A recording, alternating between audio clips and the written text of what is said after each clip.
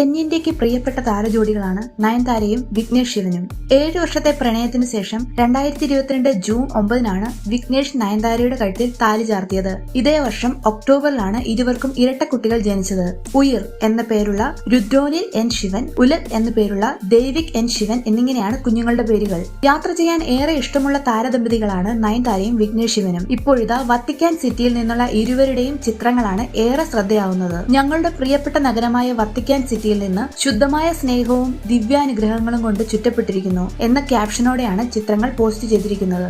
മക്കളായ ഉലകിനെയും ഉയിരിനെയും ചിത്രങ്ങളിൽ കാണാം. 2015-ൽ നാനും റൌഡിദാൻ എന്ന ചിത്രത്തിൽ ഒന്നിച്ച് പ്രവർത്തിച്ചപ്പോഴാണ് വിഘ്നേഷും നയൻതാരയും പ്രണയത്തിലാവുന്നത്. നയൻതാരയുടെ ഭർത്താവ് എന്നറിയപ്പെടുന്നതിൽ തനിക്ക് അതിയായ സന്തോഷമേ ഉള്ളൂവെന്ന് സംവിധായകൻ വിഘ്നേഷ് ശിവൻ ഒരു അഭിമുഖത്തിൽ പറഞ്ഞിരുന്നു.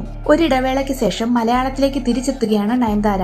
നിവിൻ പോളിക്കൊപ്പം നയൻതാര അഭിനയിക്കുന്ന ഡിയർ സ്റ്റുഡന്റ് എന്ന ചിത്രം പുരോഗമിച്ചുകൊണ്ടിരിക്കുകയാണ്. വിദ്യാരുദ്രൻ എന്ന പോലീസ് കഥാപാത്രത്തെയാണ് നയൻതാര അവതരിപ്പിക്കുന്നത്.